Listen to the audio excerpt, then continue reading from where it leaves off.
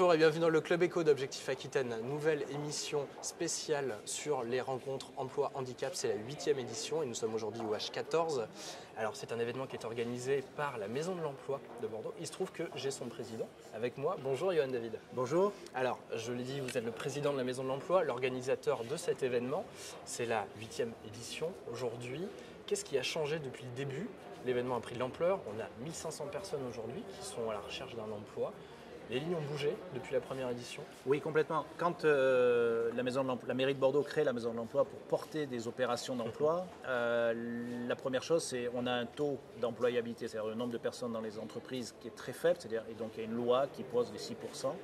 Les collectivités territoriales sont en dessous, tout le monde est en dessous, et le but du jeu, c'est de se dire, mais il faut travailler la problématique du handicap. Donc d'abord, la première chose, c'est de se dire, oui, on peut trouver du travail quand on est handicapé. Donc d'abord, ça a été de mettre des entreprises, en disant mais vous pouvez avoir des postes, donc tout un travail en amont, donc c'était très compliqué. Et puis en 8 ans, on s'est rendu compte que la société évolue très très vite, qu'aujourd'hui on s'est rendu compte que le regard sur la personne handicapée, c'était pas la personne en fauteuil roulant, et que la personne en fauteuil roulant pouvait avoir une vie avant d'y être, et donc il y avait d'abord un regard à avoir sur les compétences. Et aujourd'hui on sent, et on le voit très bien dans les personnes qui viennent postuler, c'est que d'abord elle vient postuler, et après, elle explique son handicap. Elle ne s'excuse plus de venir contacter une entreprise. Il n'y a plus ce côté, excusez-moi de vous déranger, vous n'allez pas vouloir de moi. Les entreprises viennent exprès. Donc nous, on est le 2e salon emploi handicap de France, derrière Paris, pour une raison simple, c'est qu'on a 65 entreprises qui viennent faire du recrutement. C'est ça qui nous positionne. Donc ça permet aux gens de venir en disant, je vais trouver quelque chose. Mais on a mis autour, et on pense qu'on peut encore progresser, tout un tas de structures, des coachs, de l'accompagnement, de la réconversion, de la formation, parce que le chemin pour accéder à l'entreprise, ça c'est pour tout le monde pareil. Et c'est ça qui est bien, c'est qu'aujourd'hui on a mis les travailleurs handicapés quasiment aux mêmes difficultés que les autres. C'est-à-dire on a enlevé un petit peu des freins qui sont pour eux-mêmes, permettant d'accès à l'emploi. Le problème, c'est qu'il faut appeler un chat un chat. Il y a quand même beaucoup de personnes handicapées qui cherchent du boulot et il y a aussi beaucoup de chômeurs. Donc ça crée ces complexités. Et nous, on est très heureux que ce forum, qui est juste un temps dans l'année, mais il se passe plein de choses avant et après, puisse avoir lieu sur Bordeaux et répond à des problématiques qui sont largement départementales. Alors, est-ce qu'on peut le décrire, ce forum? Qu'est-ce qui s'y passe aujourd'hui? Alors, vous avez d'abord un sas d'entrée où, quand vous arrivez, on vous présente toutes les offres d'emploi. C'est-à-dire, quand vous venez, on vous dit, voilà, qu'est-ce que vous cherchez? Donc, dès l'accueil, ça permet de ne pas faire la queue à la mauvaise entreprise et que l'entreprise vous rejette en disant, mais non, vous n'avez pas le profil, mais arrêtez, vous l'aviez à côté. Donc, déjà, premier point. Puis après, on a des bénévoles sur les deux côtés de l'entrée du salon, qui vont d'abord vous faire une petite discussion, vous venez pourquoi, parce qu'il y a des gens qui ont besoin d'être accompagnés d'autre part. Et après, on a des coachs professionnels. Ils disent, voilà, quand vous allez avoir une démarche de recrutement, moi je suis recruteur, aujourd'hui je ne viens pas pour recruter, je viens juste pour aider des gens, donc je vais vous dire, voilà sur le CV, voilà ce qu'il faut faire, voilà ce qu'il faut dire. Et après, derrière, dans le salon, on a des petits points dédiés d'accompagnement. Vous voulez faire de l'alternance, vous avez un pôle qui va vous expliquer toutes les aides sur l'alternance, mais vous avez les entreprises aussi qui recrutent autour. Donc on va préparer sa visite et préparer son salon. Donc c'est vrai que les gens qui viennent, ils ne viennent pas pour 5 minutes. Ils vont pouvoir prendre ce temps. D'autres sont déjà très prêts parce que préparés par Cap Emploi, préparés par Pôle Emploi. Donc ils ont préparé ce forum, ou d'ailleurs un autre forum la semaine dernière, ou une autre opération. Et donc eux, directement, ce qui va l'intéresser, c'est de dire, tiens, il y a l'agence intérim qui est là-bas, je vais aller les voir. Tiens, il y a le groupe Cola qui recrute, je suis intéressé. Tiens, il y a celui-ci qui fait un contrat d'alternance, j'y vais. Et donc on a toute cette fourmilière qui s'y passe. Et la personne qui pourrait rentrer directement vers une entreprise, qui est reçue, puis lui dit non, votre projet n'est pas prêt, retour en arrière, on va aller voir le coach, on va aller voir les bénévoles pour prendre cette discussion, ou alors on va se faire accompagner par Cap Emploi parce qu'on n'avait pas envie. Mauvaise expérience, j'y suis passé la dernière fois que Pôle Emploi m'y a prescrit, ça s'est mal passé. Retour au départ pour reprendre l'accompagnement. Tout se fait là. Et ce n'est qu'un concentré de la vie, de ce qui se passe tous les jours sur l'accès aux travailleurs handicapés. Il n'y a pas que les 500 postes d'aujourd'hui dans l'esprit. Mais sur aujourd'hui, on concentre. Ça peut permettre de redonner du souffle aux gens. Et les opérateurs entre eux, ce qu'ils nous disent, ils discutent en boîte à boîte. Sur ce profil-là, je n'ai pas osé l'ouvrir un poste de travailleur handicapé, mais toi, tu l'as fait, ça a marché, dis-moi ta recette. Parce que c'est souvent un problème de clé d'entrée. Est-ce que je pars sur le poste? Est-ce que je pars sur les compétences? Et donc, ça crée de l'émulation. Ils se voient avant le forum, ils se voient pendant le forum, ils se voient après. Et nous, rôle de Maison de l'Emploi, outil des collectivités territoriales, c'est vraiment d'être un facilitateur, un faiseur. Et après, derrière, on crée l'écran et aux gens de le faire vivre et d'en donner tout le sens. Alors parlons-en de ce rôle justement. Comment est-ce que vous traitez, si je puis dire, cette question au quotidien, la question du handicap? Est-ce qu'il y a un accompagnement de ce type de profil par la Maison de l'Emploi? Alors, la Maison de l'Emploi, elle agit là où les autres n'agissent pas. Donc sur l'accompagnement des publics, entre Pôle Emploi et Cap Emploi, il y a un certain nombre d'acteurs, ils sont très importants, nous on est tout petits, donc on n'a pas d'intérêt à le faire. Par contre, nous, on a considéré qu'on avait deux missions. La première mission, c'est de permettre à tous ceux qui veulent discuter avec les 10 000 entreprises de Bordeaux, il y a toujours du boulot, de dire comment on remet la question handicap, telle personne pour aller le refaire. Donc on fait tout ce travail-là, donc on a des rencontres emploi handicap d'entreprises qui se font dans la maison de l'emploi. Donc on donne juste nos locaux et on donne les fichiers. Les gens, voilà, on va expliquer comment aménager un local chez les commerçants, comment faire ceci. La deuxième partie, c'est qu'on écoute les gens, ils nous disent voilà, j'ai eu tel frein, j'ai eu telle difficulté et on fait des échanges de pratiques.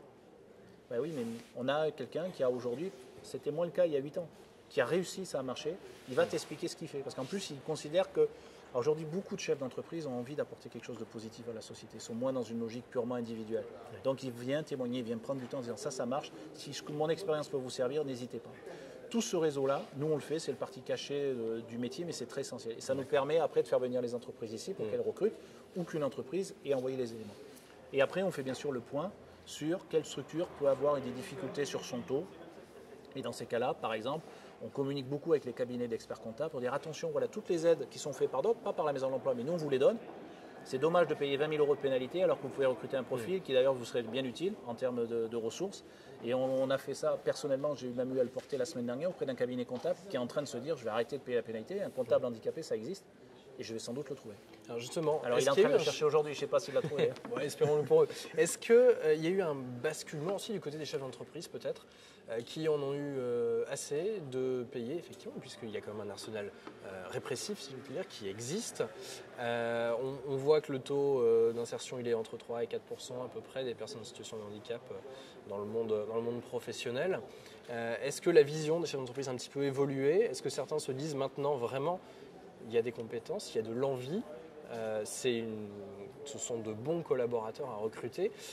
Et qui est le mauvais élève aujourd'hui? Est-ce que c'est le privé ou est-ce que c'est le public? Alors le mauvais élève aujourd'hui, c'est l'État, pas le public. Le public, vous avez les collectivités territoriales, les entreprises locales, généralement, elles ont progressé. Les grands corps d'État sont en retard tant sur les clauses d'insertion que sur les travailleurs handicapés. La mairie de Bordeaux est à 8%. La mairie de Bordeaux est à 8%, la loi oblige 6%, mais tout ce qui est de proximité va intégrer cela. Donc moi je suis élu à la mairie de Bordeaux, donc je suis très fier qu'on soit à la hauteur, mais au-delà de ça, la mairie de Bordeaux en apprentissage, en clause d'insertion, parce que c'est des outils proches des gens, donc qui s'adaptent aux situations et qui met le rencontre des gens. Le grand corps d'État, comme le décideur, il est à 300 km du service, mais le temps que ça se réalise, ça ne marche pas. Donc aujourd'hui, les chefs d'entreprise du privé, les boîtes moyennes, ont pu progresser facilement pour 2 raisons. D'abord, c'est qu'entre eux, ils se parlent, et donc ils ont eu toutes les expériences où c'est allé au forceps. Positif, ils se sont dit, mais c'est un collaborateur comme une autre. J'ai les mêmes problèmes avec un travailleur handicapé qu'avec un travailleur non handicapé en termes de RH, ni plus ni moins.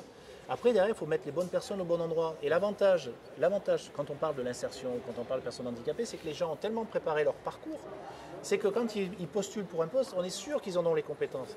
Alors que pour les autres, les entreprises sont en train de se rendre compte, mais à recruter des fois quelqu'un juste sur un entretien comme ça, parce qu'il a été meilleur que l'autre, ça ne suffit pas à savoir s'il est réellement en compétence pour ce poste. Ça a vraiment changé, donc c'est un atout. Aujourd'hui, on a vraiment des chefs d'entreprise qui nous disent je suis sur la compétence. Donc, on avait une inquiétude, on en discutait tout à l'heure avec Joël Soulary, adjoint au maire, c'est que les entreprises qui ont atteint le 6%, elles pourraient s'arrêter. Et il y en a qui disent non, moi, je n'ai pas vocation à atteindre 10, 12%, je m'en fiche. Peu importe le taux, ce qui compte, je cherche de la compétence. Et en même temps, mes équipes, je me suis rendu compte que ça faisait du bien de mixer. Ça fait du bien de mixer, d'avoir des jeunes, des moins jeunes. Ça fait du bien de mixer, d'avoir des grands et des petits. Après, maintenant, on n'a plus le droit de dire c'est la discrimination. Mais en résumé, ça fait du bien d'avoir l'arc-en-ciel. Qu'il soit intellectuel, qu'il soit physique, qu'il soit de la couleur. Et ça, on se rend compte que derrière, ça crée de l'émulation. Pour l'innovation, vous prenez des gens avec des parcours différents, et ils sont plus inventifs que si vous prenez que les mêmes, même si c'est les meilleurs. Voilà, c'est ça. Et cette innovation-là, cette émulation-là, les entreprises, ça les intéresse. Et aujourd'hui, les chefs d'entreprise, avec les logiques d'économie sociale et solidaire, c'est le mois de l'ESS ce mois-ci, avec les logiques de RSE, on sent vraiment qu'il y a une vraie appétence. Tout le monde n'est pas parfait, mais on sent vraiment qu'il y a des chefs d'entreprise qui commencent à se dire, mais moi j'ai une vraie plus-value d'impact social. Et en tant qu'être humain, moi je m'en suis bien sorti, mais j'ai toujours autour de moi, parce que la crise frappe tout le monde, qui sont en galère, sont en difficulté, j'ai aidé des gens en insertion. Et on le voyait avec le grand stade à Bordeaux, les parcours d'insertion, ce n'est pas le sujet, mais les mecs, ils en voulaient quasiment pas au départ, et maintenant ils les recrutent, ils les gardent. Ils ont recruté un malvoyant pour faire l'électricité, il n'y croyait pas une seule seconde, et maintenant il le recrute, il va le garder, parce qu'il dit, mais le mec est meilleur que tout le monde. Génial. Voilà. Bon, et ben on va rester sur ces notes positives. Merci beaucoup, Johan David, d'avoir participé à cette émission. Merci à vous d'avoir suivi Club Echo. Rendez-vous très vite à nouveau pour une nouvelle émission. À très vite. Au revoir.